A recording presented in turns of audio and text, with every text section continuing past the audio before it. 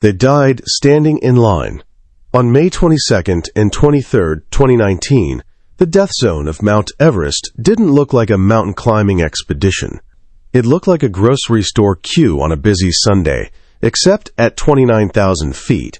Waiting isn't an inconvenience. Waiting is a death sentence. Hundreds of climbers, clipped chest to back on a single safety rope, stood completely still for hours on a knife-edge ridge. They checked their watches. They checked their oxygen gauges. And then they watched the needles drop towards zero. They weren't moving. They weren't climbing. They were simply standing there, dying by the minute, trapped by the person in front of them and the person behind them. By the time the bottleneck cleared, 11 people were dead. It was one of the deadliest seasons in the mountain's history, and not a single one of those deaths was caused by an avalanche. No ridge collapsed.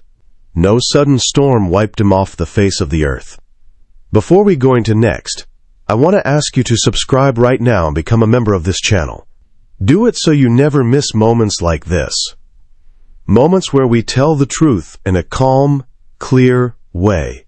If 1,000 of you are watching, I hope all thousands of you join us, because this community is growing and your presence truly matters here. So, they were killed by a queue. You have likely seen the photo. It went viral instantly. A colorful ribbon of down suits stretching up the final ridge, climbers packed so tightly they were touching shoulders. The world looked at that image and saw madness. They saw ego. They saw a traffic jam at the top of the world. But what that photograph didn't show you were the bodies. It didn't show you Anjali Kulkarni, collapsing just steps from safety because she had been forced to wait hours to descend. It didn't show you Donald Cash, lying on the skywalk, hallucinating and fighting his guides as his brain shut down. It didn't show you Nihal Bhagwan, a 27-year-old who was dragged down the mountain by Sherpas until his heart finally gave out from sheer exhaustion caused by standing still. The media called it a circus. We are going to call it what it was, a mass casualty event caused by human error, corporate greed, and a complete breakdown of order. This is not the story you saw on the news. The news cycle gave you the soundbite, too many permits. They blamed the crowd. They blamed the inexperienced climbers. But the reality of what happened in May 2019 is far darker, far more complex, and far more infuriating than a simple case of overcrowding. To understand why 11 people didn't come home, we have to look past the viral photo and look at the timeline. We have to dissect the specific decisions made by expedition leaders who knew the window was too short. We have to look at the government officials who issued record numbers of permits while knowing the route couldn't handle the volume. And we have to look at the climbers themselves, people who saw the warning signs, saw the queue forming, and decided to clip in anyway. Donald Cash was 55 years old.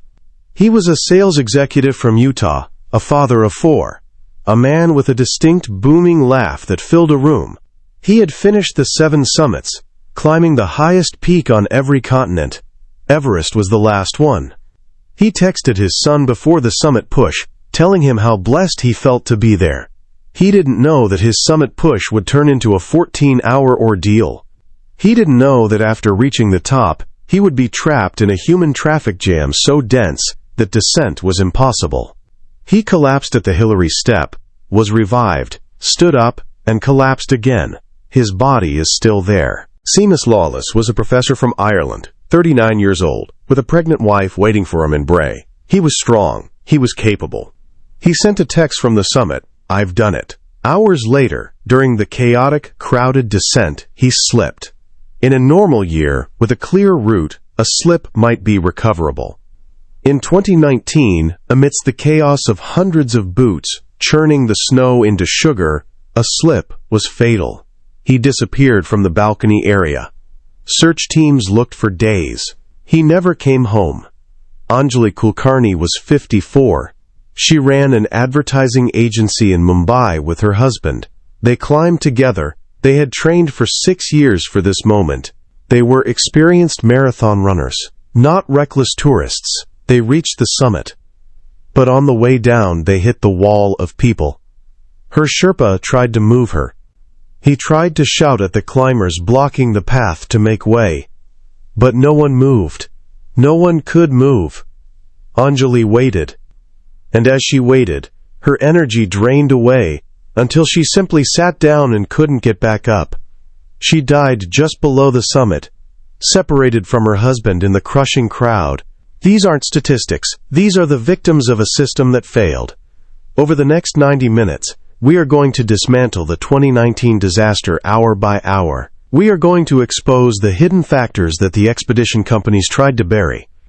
We will look at the rise of budget operators who took climbers into the death zone with insufficient oxygen and untrained guides. We will examine the role of the Nepalese government, which was warned years in advance that this exact scenario would happen. We will hear from the survivors, the people who stood in that line, stepped over the dying, and made the ruthless decision to keep moving to save themselves. You will see how a weather window that was supposed to be a blessing became a trap. In 2019, the jet stream stubbornly sat over the summit for weeks, denying climbers access. When it finally moved, it left only a tiny 2-day opening. Everyone knew it. Every expedition leader at base camp looked at the same weather report. They all knew that every team on the mountain would be gunning for the same 48-hour slot. They knew the route would be choked. They knew the oxygen calculations didn't account for a 4-hour wait at the Hillary Step. And yet, they sent them up. Why? Was it summit fever? Was it the pressure of clients who had paid $40,000, $50,000, $60,000? Or was it sheer arrogance, the belief that their team would be faster, their team would beat the queue? We will also investigate the controversial oxygen theft that occurred in the chaos. As panic set in and tanks ran dry, reports emerged of climbers stealing emergency caches, dooming those behind them. We will look at the climbers who were visibly unfit to be there, people who couldn't put on their own crampons, who had to be short-roped like children, clogging the single safety line while expert mountaineers screamed at them to move. This story is about the collision of dreams and reality. It is about the moment when the commercialization of Everest stopped being a philosophical debate and became a body count. 11 people died. Most of them died of exhaustion. Exhaustion is a polite word for running out of life while waiting for the person in front of you to take a step. It is a slow, terrifying way to die. You are fully conscious. You know exactly what is happening. You look at your gauge. You look at the unmoving line. And you realize that you are going to die because of a queue. But before the oxygen ran out, before the panic set in, before the world saw that viral photo, there were the people. Before they were bodies frozen into the landscape, they were fathers, mothers, teachers, and dreamers. They came to Everest to find something within themselves. They brought pictures of their children, flags from their countries, and ashes of their loved ones. They spent years saving money and training their bodies. They did everything they were supposed to do. To understand why they died, we first have to understand who they were.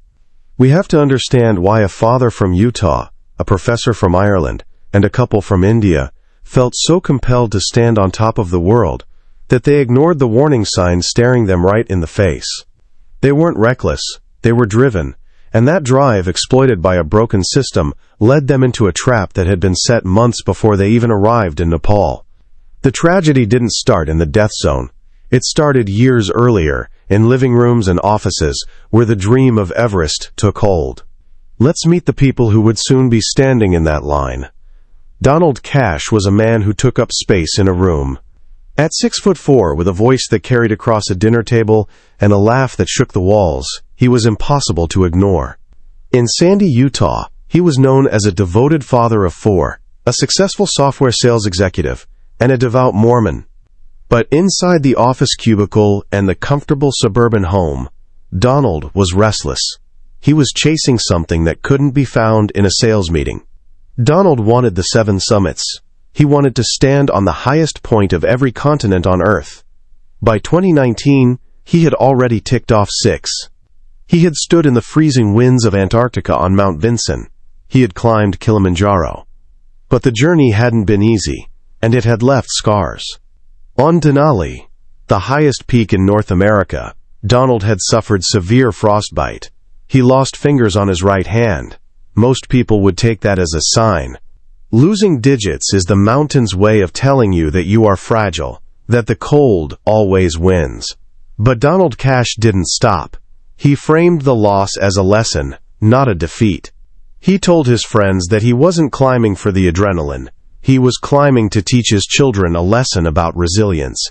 He wanted to show them that you finish what you start, no matter the pain. He even had a custom flag made for the summit of Everest, a banner celebrating his completion of the 7 summits. He packed it in his summit suit, ready for the photo he had visualized for years. Before he left for Nepal, he recorded a video for his family. He sat in his living room, surrounded by the safety of his domestic life, and told them how much he loved them. He promised he would be careful. He promised he wouldn't take unnecessary risks. He believed it. Donald wasn't suicidal. He was a man with a dream who believed that preparation and faith would bring him home. He didn't know that his determination, the very trait he valued most, would be the thing that kept him on the mountain too long. Thousands of miles away, in Mumbai, India, Anjali Kulkarni sat with her husband Sharad, planning the exact same trip. Anjali was 54. She wasn't an extreme athlete in the commercial sense. She was an advertising executive.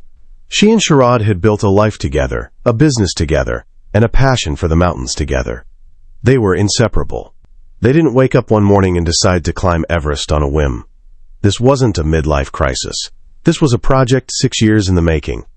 They had trained methodically. They ran marathons to build their cardiovascular engines. They climbed Mount Elbrus in Russia and Kilimanjaro in Tanzania. They were doing it the right way, building experience, testing their bodies, respecting the altitude. For Anjali, Everest was the culmination of a shared life. The plan was romantic in the truest, most dangerous sense. Husband and wife standing together at the top of the world. They had booked their climb with a reputable agency, paid their fees, and organized their lives to be away for 2 months. They were fit, they were ready. But they were also in their 50s. In the death zone, age is a thief. It steals your reserves faster than it does for a 20-year-old. Anjali and Sharad needed a smooth climb. They needed a steady pace. What they couldn't afford, what their physiology would not tolerate, was standing still in minus 30 degrees for hours on end. Then there was Seamus Lawless. Everyone called him Shay. He was 39, a professor of computer science at Trinity College in Dublin. Shay was the kind of guy you grabbed a beer with. Unassuming, intelligent, deeply grounded. He wasn't climbing for ego. He was climbing for Barrettstown, a charity that helped sick children. Shay had everything to live for. He had a wife, Pamela, and a 4-year-old daughter. And there was a secret they were keeping, a joy that propelled him forward. Pamela was pregnant. They were expecting their second child. Everest was supposed to be a grand achievement before settling back into the chaotic, wonderful life of a father of 2. Shay wasn't a professional mountaineer, but he was strong. He had trained hard in the Wicklow Mountains. He was climbing with a highly respected Irish expedition company. He wasn't cutting corners. He was the picture of the responsible climber, someone who respected the risk, who had a clear why, and who had the ultimate reason to turn around if things got bad. He told his family he would be safe. He promised. But promises on Everest are contingent on conditions, and Shay was about to be caught in a situation where his strength wouldn't matter. In stark contrast was Nihal Bhagwan. At 27, Nihal was the image of youth and vitality. He was a fitness trainer from Pune, India. His Instagram feed was a testament to physical perfection, gym selfies, motivational quotes, the hustle culture of the fitness influencer. He looked like he could run up Everest. But looking fit and being high-altitude capable are two different things. Nihal's preparation was questionable. Reports later surfaced that he had struggled on lower peaks. He was climbing with a budget operator, one of the many low-cost agencies that have sprung up in Kathmandu, offering Everest at a discount by cutting back on backup oxygen and experienced Sherpa ratios. Nihal was under immense pressure. In the world of social media influence, the summit photo is currency. Returning without it is failure. He had crowdfunded part of his trip. He had people watching, followers waiting. The pressure to perform can act like a blinder, narrowing your vision until you only see the summit, ignoring the screaming signals from your own body. Nihal was determined to get that photo. He didn't know that his budget expedition would leave him trapped in a line with no extra oxygen when he needed it most. And finally, there was Kalpana Das. She was 53, a lawyer from Odisha. Kalpana was fighting ghosts. She had tried to climb Everest twice before, in 2004 and 2006. Both times she had failed. Bad weather, health issues, bad luck. For 15 years the mountain had haunted her. She had lived with the almost. In 2019 she was determined to rewrite her story. She wanted to prove that a woman from her background, at her age, could do what she had failed to do in her 30s. She wore her persistence like armor, but persistence can be a double-edged sword. It can get you up the mountain when your legs want to quit, but it can also blind you to the reality that you are moving too slow. Kalpana wasn't fast. In a normal year, slow and steady might get you there. In 2019, slow was fatal. She was walking into a traffic jam, where speed was the only currency that mattered, and she was bankrupt before she even left Camp 4.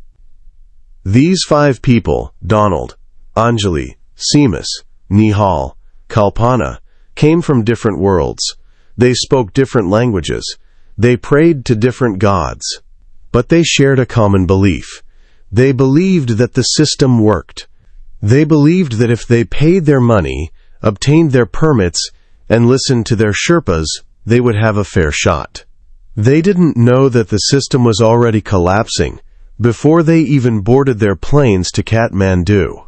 They didn't know that the Nepalese government had issued a record 381 permits for the season.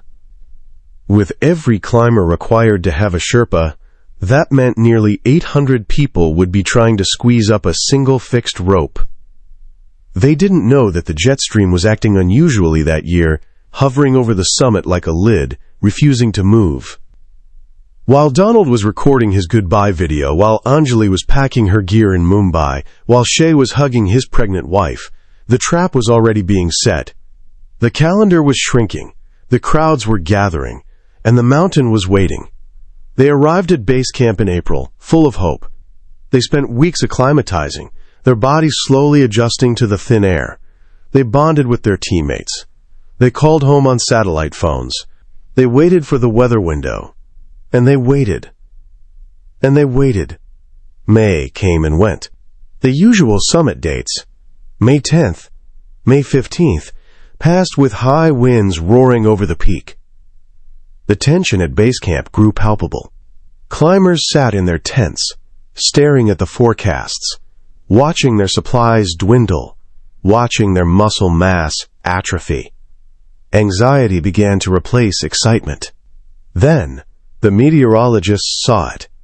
A break, a sudden small dip in the wind speeds. But it wasn't a week-long window.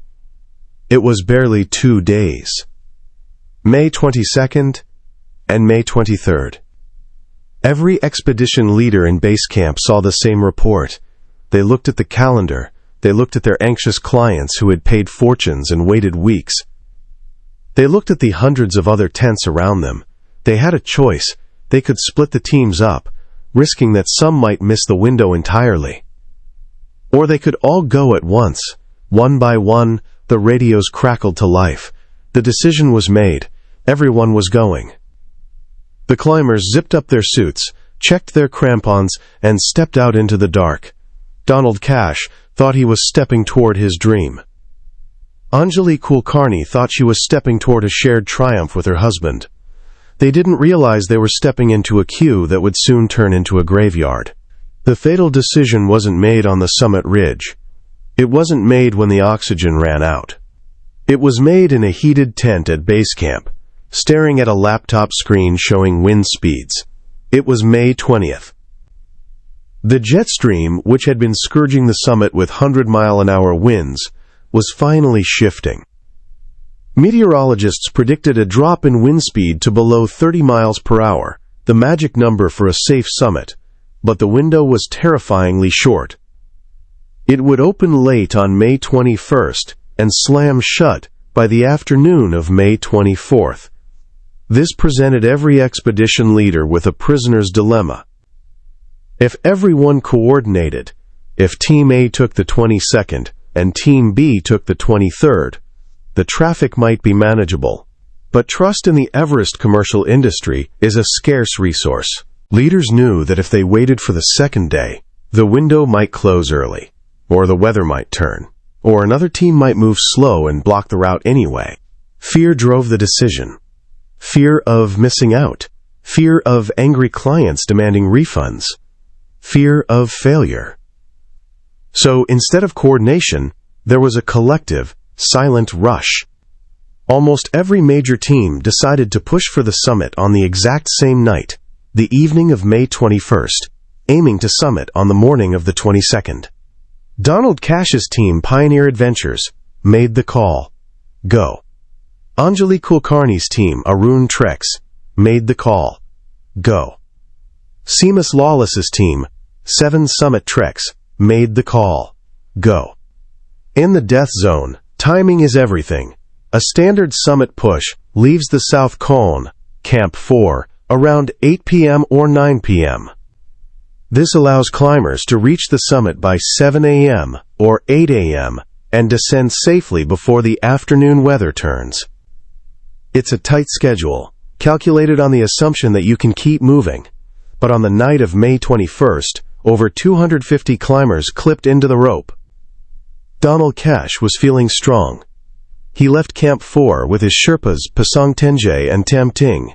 He was moving well, fueled by the adrenaline of the final push. But almost immediately, the problem became visible.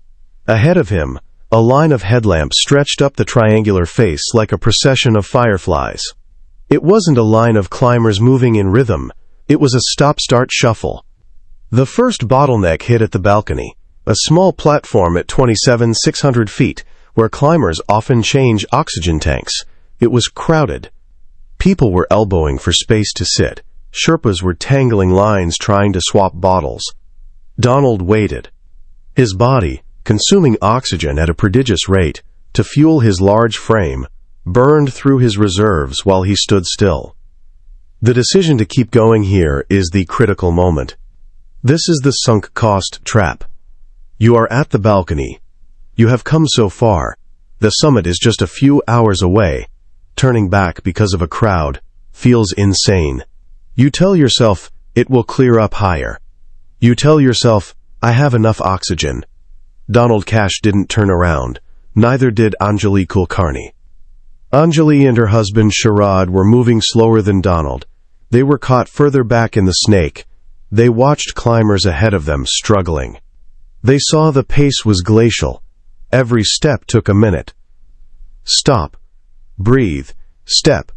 Stop. Wait. The Sherpas knew. The experienced guides looked at the line and did the math in their heads. Flow rate, 4 liters per minute. Tank duration, 6 hours. Estimated time to summit at this pace, 8 hours. Times. The numbers didn't add up. Some independent climbers saw the line and turned around immediately. They recognized the death trap. They chose life over the summit. But for clients on guided expeditions, the decision isn't always theirs, or they rely heavily on the guide's confidence. If the Sherpa doesn't say turn around, the client keeps climbing, and the Sherpas were under immense pressure to get their clients to the top. A summit bonus is a significant part of their income. A failed summit is a disappointed client who might leave a bad review or demand money back. So they pushed on. Donald Cash reached the South Summit around mid-morning. He was already late. The ideal turnaround time, the absolute hard stop, is usually 11 a.m. or 12 p.m. Donald didn't summit until much later. By the time he reached the Hillary Step, the famous 40-foot rock face that guards the final summit ridge, the traffic was catastrophic. The Hillary Step used to be a physical climb. Since the 2015 earthquake, It has changed into a snow slope, but it is still a bottleneck. There is only one fixed rope. You cannot pass. If the person in front of you stops, you stop. If the person in front of you dies, you are stuck behind a corpse. Donald was stuck. He was stuck going up, and he would be stuck coming down. He finally reached the summit. He had done it. The 7 summits were complete. He took his photos. His Sherpas helped him unfurl his custom flag. He looked ecstatic. But then, the adrenaline crashed. The moment Donald tried to take a step down, his legs collapsed. He wasn't just tired, he was completely empty. He had spent everything to get up, leaving nothing for the way down. This is the classic mistake of the amateur mountaineer, magnified by the traffic. In a clear run, gravity helps you down. You can stumble your way to safety. But Donald couldn't stumble. He couldn't move fast. He was trapped in a line of climbers coming up. Because the window was so short, the climbers coming up from the South Con were desperate. They wouldn't stop. They wouldn't step aside. Why should they? They had paid their money too. They were dying too. So Donald Cash, a large man unable to walk, had to be dragged.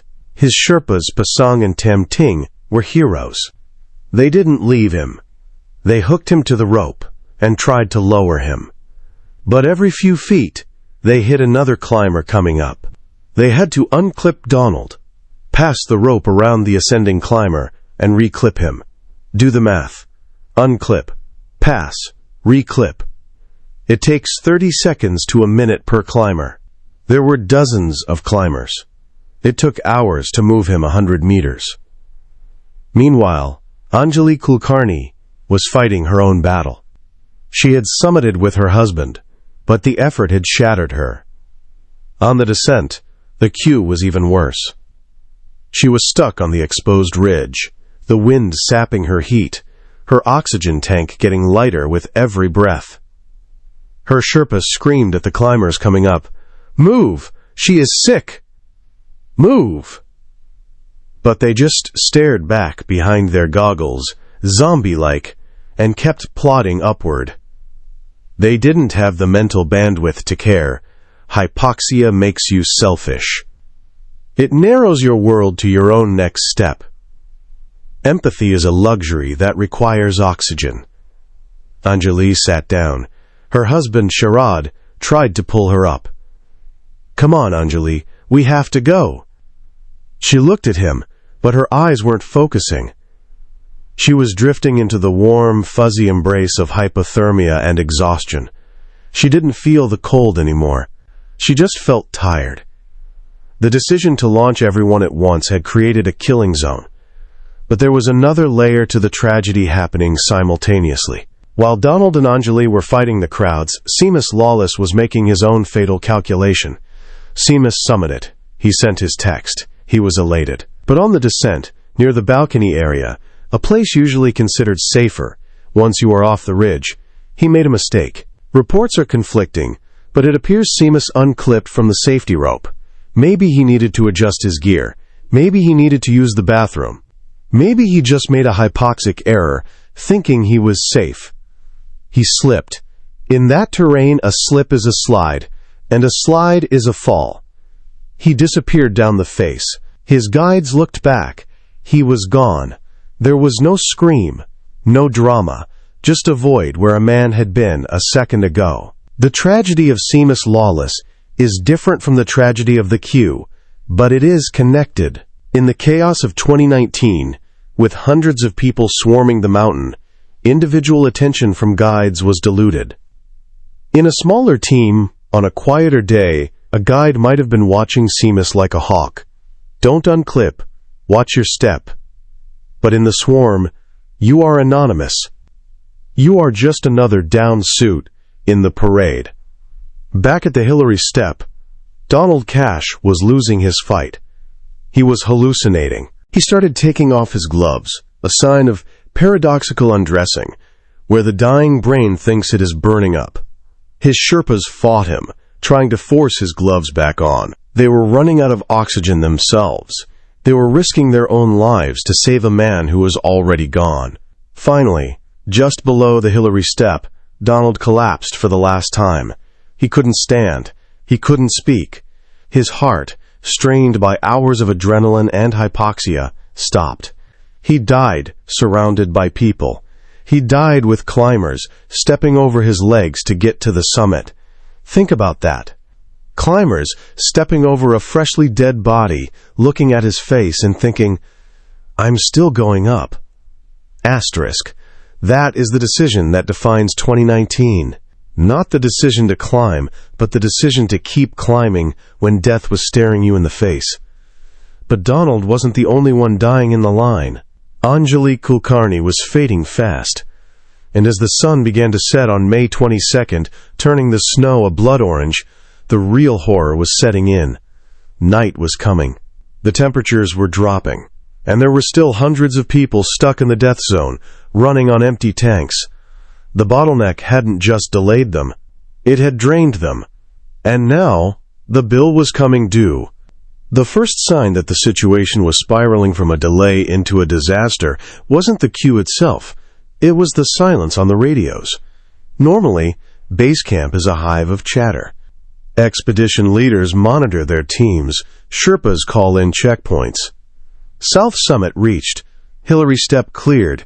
Descending now. But on the afternoon of May 22nd, the radios were chaotic, filled with static, shouting, and confusion. Leaders at base camp, staring at their tracking software, saw dots on the screen that weren't moving. They saw climbers who should have been back at the South Column hours ago, still lingering near the summit. "Why aren't they moving?" One leader barked into his handset. The answer came back crackling and breathless. "Traffic. Too many people. Cannot move." It wasn't just slow movement. It was no movement. Nihal Bhagwan, the 27-year-old fitness instructor, was one of those dots. Nihal had summited, but he had spent an extraordinary amount of energy getting there. He wasn't an elite climber. He was a client who relied heavily on his Sherpas. On the descent, the queue broke him. Nihal collapsed not because of a fall, but because his body simply ran out of fuel. He was severely dehydrated. In the death zone, you lose liters of water just by breathing the dry, cold air. If you are stuck in line for 4 hours, you aren't drinking, you aren't eating. Your blood thickens into sludge. Your heart has to work twice as hard to pump it. Nihal's Sherpas tried to help him. They gave him water. They cranked his oxygen to the maximum flow. But the damage was cellular. His muscles wouldn't respond. He was a dead weight. This is the escalation. One climber stops. The people behind him have to stop. They get colder. They use more oxygen waiting. Then the next person weakens. It's a contagion of exhaustion. As the afternoon wore on, the psychological barrier broke. Panic began to set in. Climbers realized their oxygen regulators were showing red. They looked at the long line ahead and realized they might not make it back to the tents before their tanks ran dry. This is when the every man for himself mentality took over. Witnesses later reported disturbing scenes. Climbers unclipped from the safety rope to try and bypass slower people, risking a fatal fall to save a few minutes. Arguments broke out at 28,000 feet. "Get out of the way! I can't move!" Before we going to next, I want to ask you to subscribe right now and become a member of this channel. Do it so you never miss moments like this, moments where we tell the truth in a calm, clear way. If 1,000 of you are watching, I hope all thousands of you join us, because this community is growing, and your presence truly matters here. So there were reports of oxygen theft. In the chaos, desperate climbers allegedly took cylinders that had been cached for others. Imagine reaching the South Summit, expecting a fresh bottle that you paid for, that your life depends on, and finding it gone. This is murder by theft. But in the death zone, there are no police. There is only survival. At the balcony, Kalpana Das was struggling. The 53-year-old lawyer had made her summit. She had achieved her 15-year dream. But the mountain doesn't care about dreams. It cares about physics. Kalpana was small, and she was exhausted. The descent is always harder than the ascent. You are fighting gravity's pull on tired legs. Your coordination is shot. Kalpana was moving painfully slow. Her Sherpas were practically carrying her. But in the crowd, carrying someone is a nightmare. You get tangled in other people's crampons. You get shoved. Kalpana couldn't keep her footing. She collapsed repeatedly. Around her, other teams were making ruthless calculations. Guides looked at Kalpana and told their own clients, "Do not help. Keep moving. If you stop, you die too." It sounds cruel. It is cruel. But it is the logic of the death zone. You cannot save someone who cannot walk, not when you are fighting for your own life. By 4 p.m., a time when everyone should have been safe in their tents sipping tea, the ridge was still packed. The sun was lowering. The temperature was plummeting from -20 to -30. The wind was picking up, just as the forecast predicted. The window was closing. And then, the second wave of deaths began. Ernst Landgraf, an Austrian builder, 65 years old, had summited hours earlier. He was descending. He was fit for his age, an experienced climber. But the delay killed him. He simply ran out of time. His body shut down on the descent. He died of exhaustion, clipped to the rope. Just another obstacle for the people behind him. Ravi Takar, another Indian climber, was found dead inside his tent at Camp 4 the next morning. He had made it back, but the effort had killed him. He went to sleep and never woke up. His body had been pushed so far past its limit that recovery was impossible. The communication breakdown was total. Expedition companies back in Kathmandu were putting out press releases celebrating summits, while on the mountain, their clients were dying. Families were getting texts saying "summit success," followed by hours of terrifying silence. Base camp became a place of dread. Leaders paced with radios, calling names that didn't answer. Nihal? Copy? Kalpana? Location? Donald? Status? Static. Or worse, the voice of a weeping Sherpa. "He is gone. I had to leave him." The escalation wasn't just physical, it was moral. The breakdown of the social contract. In the valley, climbers are a community. They help each other. On the ridge that day, the community dissolved. It became a collection of terrified individuals fighting for the last molecules of oxygen. And amidst this horror, the queue remained. The line didn't break. It just got slower. It got deadlier. People were stepping over Donald Cash's body. They were walking past Anjali Kulkarni as she gasped her last breaths. They weren't monsters. They were terrified human beings who knew that if they stopped to show compassion, they would be the next landmark on the route. This is the escalation of 2019, from a traffic jam to a graveyard, step by agonizing step. And as night fell on May 22nd, the mountain prepared to claim the rest. By 5 p.m. on May 22nd, the sun was gone from the ridge. The temperature plunged instantly. The wind, which had been a nuisance, became a predator. It whipped spindrift into the faces of the climbers, who were still stuck high on the mountain, blinding them, freezing their goggles, sealing their fate. The catastrophe was now in full swing. Usually, death on Everest is lonely. A climber falls into a crevasse. A climber wanders off in a storm. But on May 22nd, death was public. It was crowded. Anjali Kulkarni's end was heartbreakingly slow. Her husband, Sharad, stayed with her as long as he could. They had climbed together, lived together, and now they were dying together. But the Sherpas knew the reality. If Sharad stayed, there would be 2 bodies, not 1. They practically dragged Sharad away. "She is gone," they told him. "You must go." Can you imagine that choice? Looking at your wife, the person you built your life with, seeing her still breathing but knowing she is already dead? Sharad was forced to descend, leaving Anjali sitting in the snow, clipped to the rope, surrounded by strangers who were too exhausted to even look at her face. She died alone in a crowd. Further up, the scene around Donald Cash's body was macabre. Because there is only one safety line, every single climber descending from the summit had to physically interact with his corpse.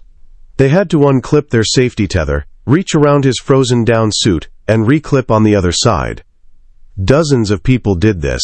Some looked away. Some stared in horror. Some, in their hypoxic delirium, didn't even realize he was dead. They just thought he was resting. One climber later recounted, "I stepped over him. I felt his boot against my leg. I didn't feel anything. I just thought, don't trip." This is what the death zone does to your humanity. It strips it away until only the lizard brain remains. Survive. Move. Survive. Asterisk at the balcony. Kalpana Das finally collapsed for the last time. She died near the area where climbers change oxygen tanks. Her body lay right next to the path. Climbers coming up the next day, yes, the next day, because the madness continued, would walk right past her. Nihal Bhagwan died on the way down to Camp 4. His Sherpas had managed to drag him part of the way, but his heart gave out. He was 27. A life spent building physical perfection ended because he was forced to stand still. The radio calls reaching base camp were now confirming the worst fears. Donald Cash, deceased. Anjali Kulkarni, deceased. Nihal Bhagwan, deceased. Kalpana Das, deceased. And the missing, Seamus Lawless, not found. The death toll was mounting hour by hour, but the catastrophe wasn't just about the dying, it was about the living who were on the brink. Hundreds of climbers were now stumbling into Camp 4 in the dark. They were frostbitten, they were hallucinating, they had used all their emergency oxygen. Camp 4 is a desolate, wind-scoured plateau at 26,000 feet. It is not a place of comfort. It is a place where you survive the night if you are lucky. The tents were overflowing. Climbers were crashing into strangers' tents, begging for water, begging for oxygen. "I have no O2, someone screamed. "Get out! We are full!" came the reply. It was a humanitarian crisis at the edge of space. Expedition leaders at base camp were trying to organize rescues, but you cannot land a helicopter at 28,000 feet. You cannot send a fresh team up in the dark to carry bodies down. The only rescue is self-rescue, and many couldn't do it. There were stories of heroism amidst the horror. Some Sherpas gave up their own oxygen to clients. Some stayed behind with dying climbers until their own fingers froze. But there were also stories of cowardice, of clients abandoning their partners, of people stepping on others to get ahead. The catastrophe of May 22nd wasn't an accident. It was the inevitable result of a system that prioritized profit over safety and ego over logic. And the dying wasn't done yet. As the sun rose on May 23rd, revealing the frozen bodies scattered along the route like discarded gear, a new wave of climbers was preparing to leave Camp 4. They saw the bodies, they saw the chaos, they heard the stories of the traffic jam. And they zipped up their suits, clipped into the rope, and started climbing anyway. Because they had paid their money. Because it was their turn.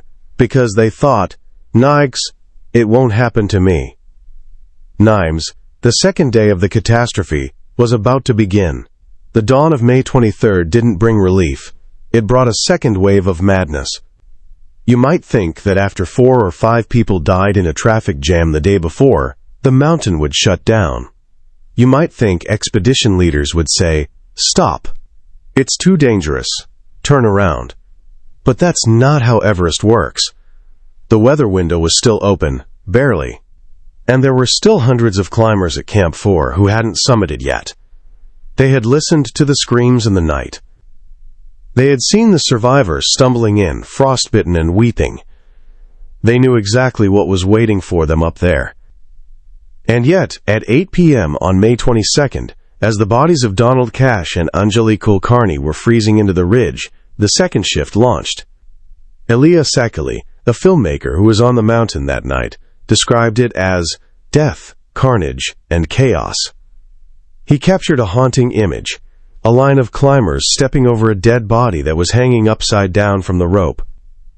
The climbers didn't even look at it. They just stepped over and kept going. That body belonged to one of the victims from the previous day. It was dangling there, a gruesome marker of the route. And the queue formed again. Same ridge. Same rope. Same problem. On this second day, the victim was Ernst Landgraf. The 65-year-old Austrian had summited, but he died on the descent. His death was quiet. He just sat down and didn't get up. He added another obstacle to the line. Then there was Robin Fisher. Robin was 44, British. He had summited on the morning of the 25th, a few days later, but part of the same deadly window. He was strong. He had written about his fears of overcrowding. On Instagram, he posted, "With a single route to the summit, delays caused by overcrowding could prove fatal, so I am hopeful my decision to go on the 25th will mean fewer people." He tried to outsmart the crowd. He waited. But the crowd was still there, just thinned out slightly. And the effort of waiting, the toll of the death zone, caught him anyway. Robin collapsed just 150 meters from the summit. His Sherpas tried to give him oxygen. They tried to give him water. But he was gone. He died, knowing exactly what the risk was, trying to mitigate it, and failing, because the system was broken. And Christopher Daly, an American climber, died on the descent. Kevin Hines, an Irish climber, died on the north side. Different route, same story of exhaustion. The death toll was ticking up. 6, 7, 8, 9, 10, 11. By the time the window closed on May 25th, 11 climbers were dead. The rescue attempts during these days were desperate and often futile. Sherpas were performing superhuman feats. Imagine trying to carry a 200-pound man down a sheer face of ice at 28,000 feet while breathing through a straw. It is physically impossible for long distances. Some rescues succeeded. A climber named Kamarita Sherpa performed a high-altitude rescue of an Indian climber who had been left for dead. He dragged him down inch by inch. It took hours. It ruined his own summit chance. But he saved a life. Most were not so lucky. The communications from the mountain were now filled with anger. Climbers at Camp 4 were furious at the slow pace. Why are they letting people climb who can't walk? Get 'em off the rope! The anger was directed at the budget operators. Experienced climbers watched in horror as clients who didn't know how to use a Jumar, a climbing ascender, clogged the Hillary step. These clients were being short-roped by their Sherpas, pulled up the mountain like luggage. When you have a climber who cannot move independently in a single file line, they become a cork in a bottle. If they stop to breathe for 2 minutes, 50 people behind them stop for 2 minutes. And in the death zone, 2 minutes is a lifetime of heat loss. One survivor, Amisha Chauhan, came back with frostbite on her toes. She told reporters, "I saw some climbers without oxygen. Some were dying, but no one helped. I asked for water, but no one gave me any. It wasn't malice, it was scarcity. If I give you my water, I die. If I give you my oxygen, I die."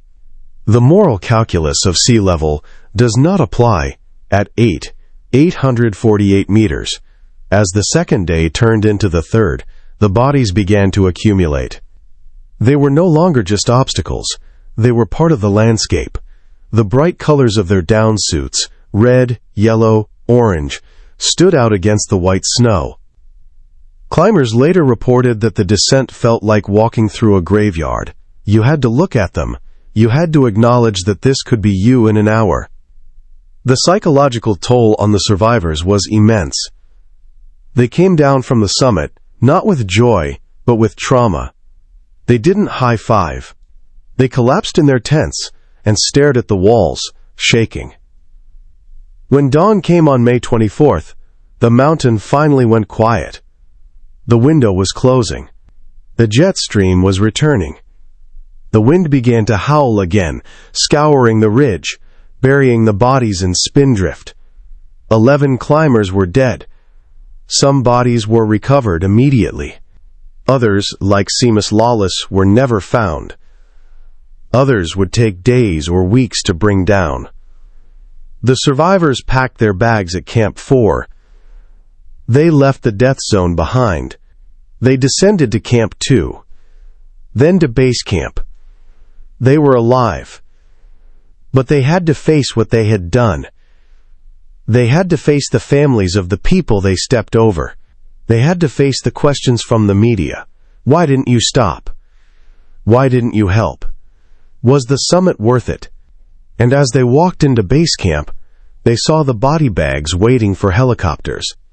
The reality of the massacre hit them. This wasn't an adventure. It was a tragedy of industrial proportions. And the world was about to demand answers. Base camp is usually a place of celebration when teams return. There are cakes, beers, and hugs. But in late May 2019, base camp felt like a morgue. The helicopters were constant.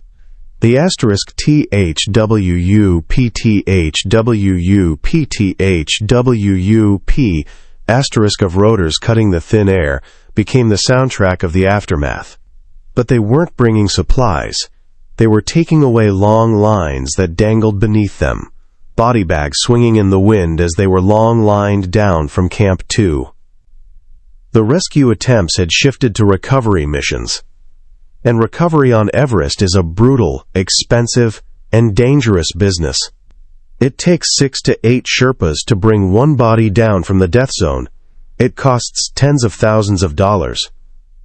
And it puts those 8 Sherpas at extreme risk. Is it worth risking 8 lives to retrieve one dead body? That is the question families have to answer while they are grieving. For Donald Cash's family, the news came via a phone call that shattered their world. His body was at the balcony. The Sherpas had tried to bring him down, but had to leave him to save themselves. His family made the heartbreaking decision: leave him there. They didn't want anyone else to die trying to bring him home. Donald Cash remains on the mountain, a permanent sentinel near the summit he loved so much.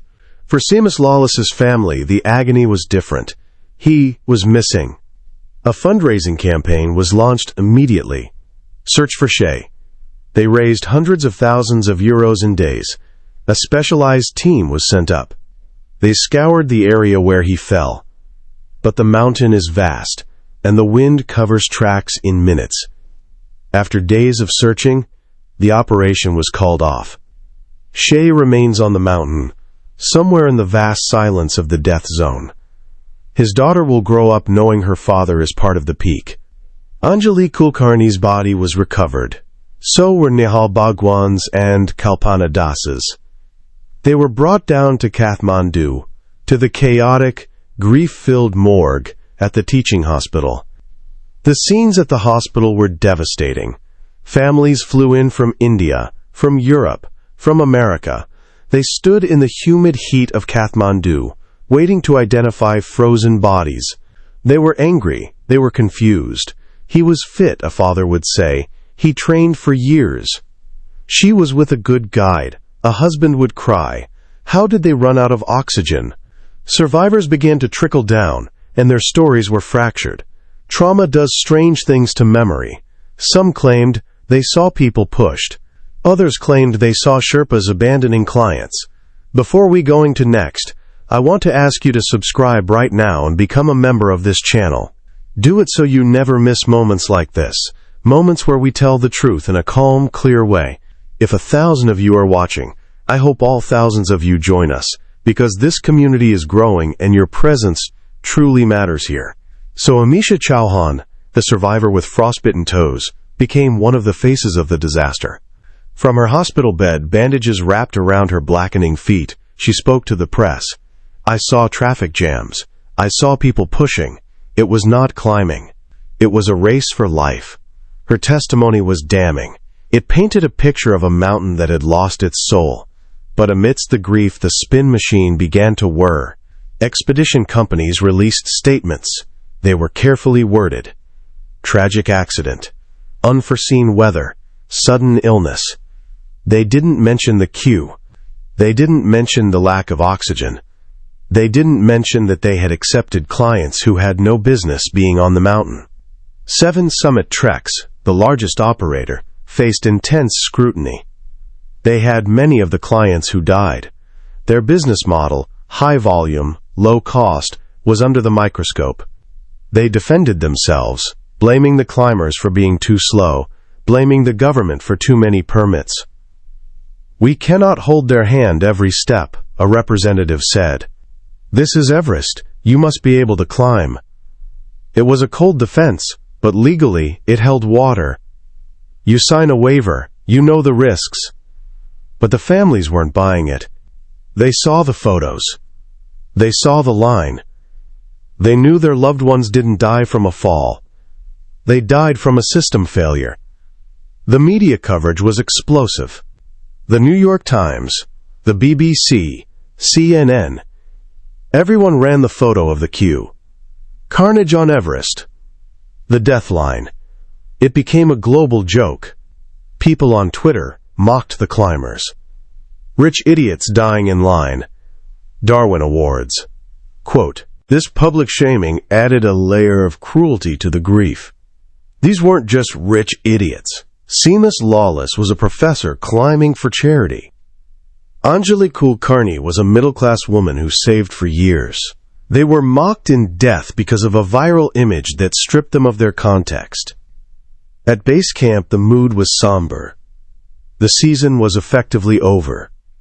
Tents were being packed. The puja altars were dismantled.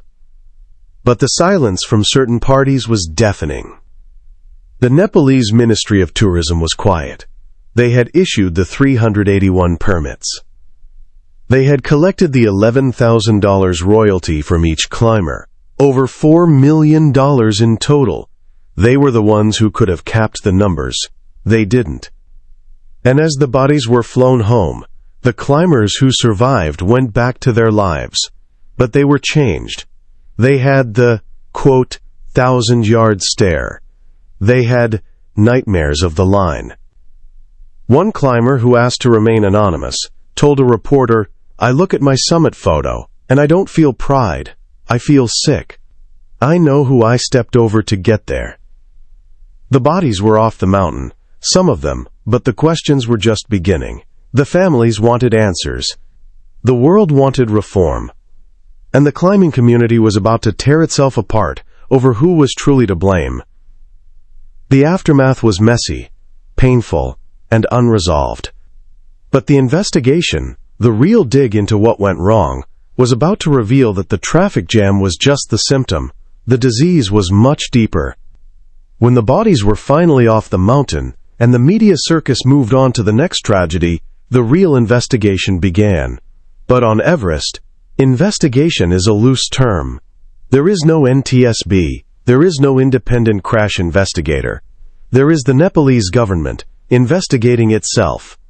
In August 2019, the Nepalese government released a report. It was 59 pages long. It was supposed to be the definitive answer to the carnage. The findings? Weather. The report concluded that the primary cause of death was the short weather window, which forced everyone to climb at once.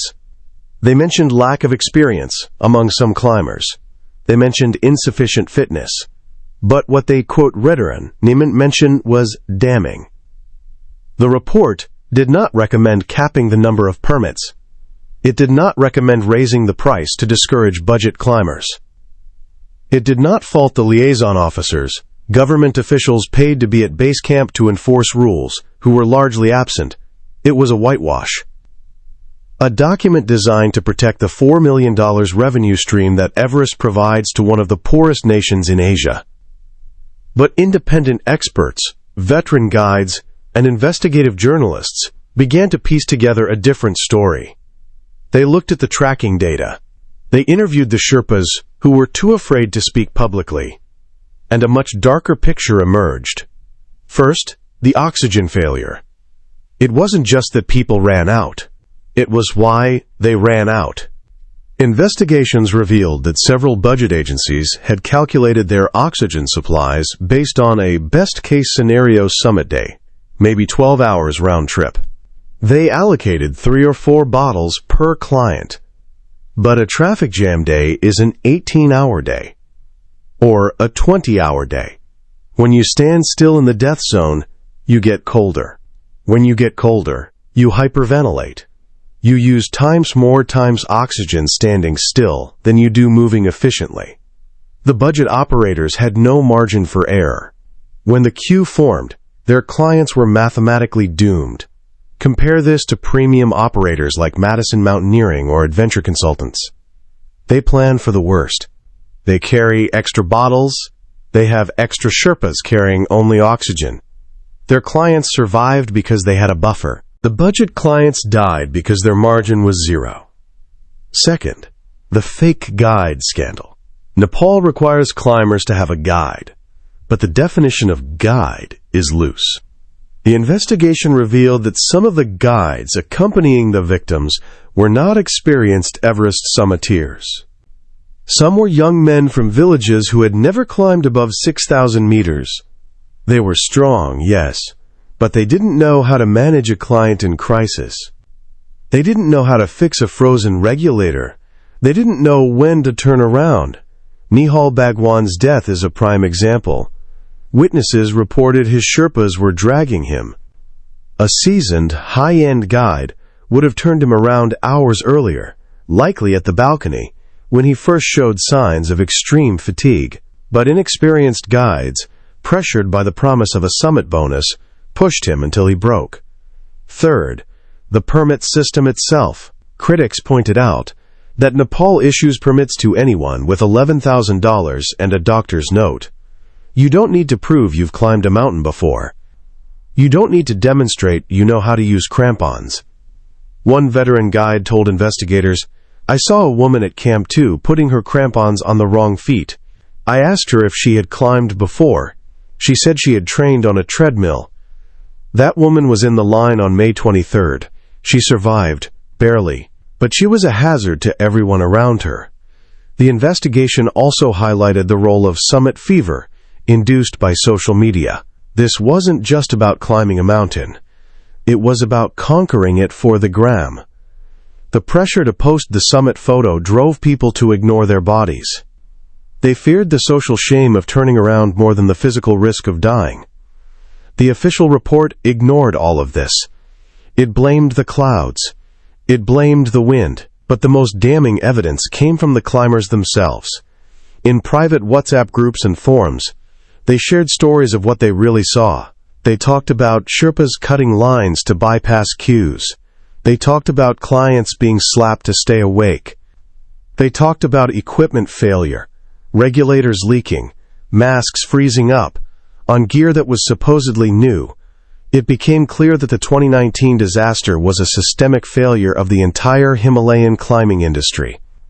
It was a race to the bottom on price, fueled by unlimited demand from unqualified clients, overseen by a government addicted to the revenue. And at the center of it all were the 11 dead bodies. Donald Cash didn't die because of the wind. He died because he was allowed to keep climbing when he should have been turned around. Anjali Kulkarni didn't die because of the cold. She died because she was trapped behind someone who shouldn't have been there. The official investigation was closed. The government announced new rules for 2020, requiring climbers to have summited a 6,500-meter peak in Nepal first. It sounded good on paper, but skeptics laughed. They will just sell permits for the 6,500-meter peak too, they said. It's just more money. The truth was, nothing had really changed. The system that killed 11 people was still intact. It was just waiting for the next window. But there were still secrets buried under the snow. Things that even the independent investigators hadn't fully uncovered. Things about what really happened in the dark on the South Column. The official story was negligence. The hidden truth was much uglier. Years after the 2019 disaster, whispers from the Sherpa community, and leaked reports from insurance investigators began to paint a picture of what wasn't in the 59-page government report. One of the most disturbing revelations concerned the black market of oxygen on the South Col. During the chaos of May 22nd and 23rd, desperate climbers arriving at Camp 4 found their oxygen caches looted. Bottles that had been paid for, labeled, and staged for specific teams were gone. Imagine arriving at 26,000 feet, your tank empty, expecting a fresh bottle, and finding nothing. It is a death sentence. Who took them? In the panic, morality evaporated. Some climbers and Sherpas from other teams, facing their own emergencies, simply took what was there, borrowing to save a life, but they never returned it.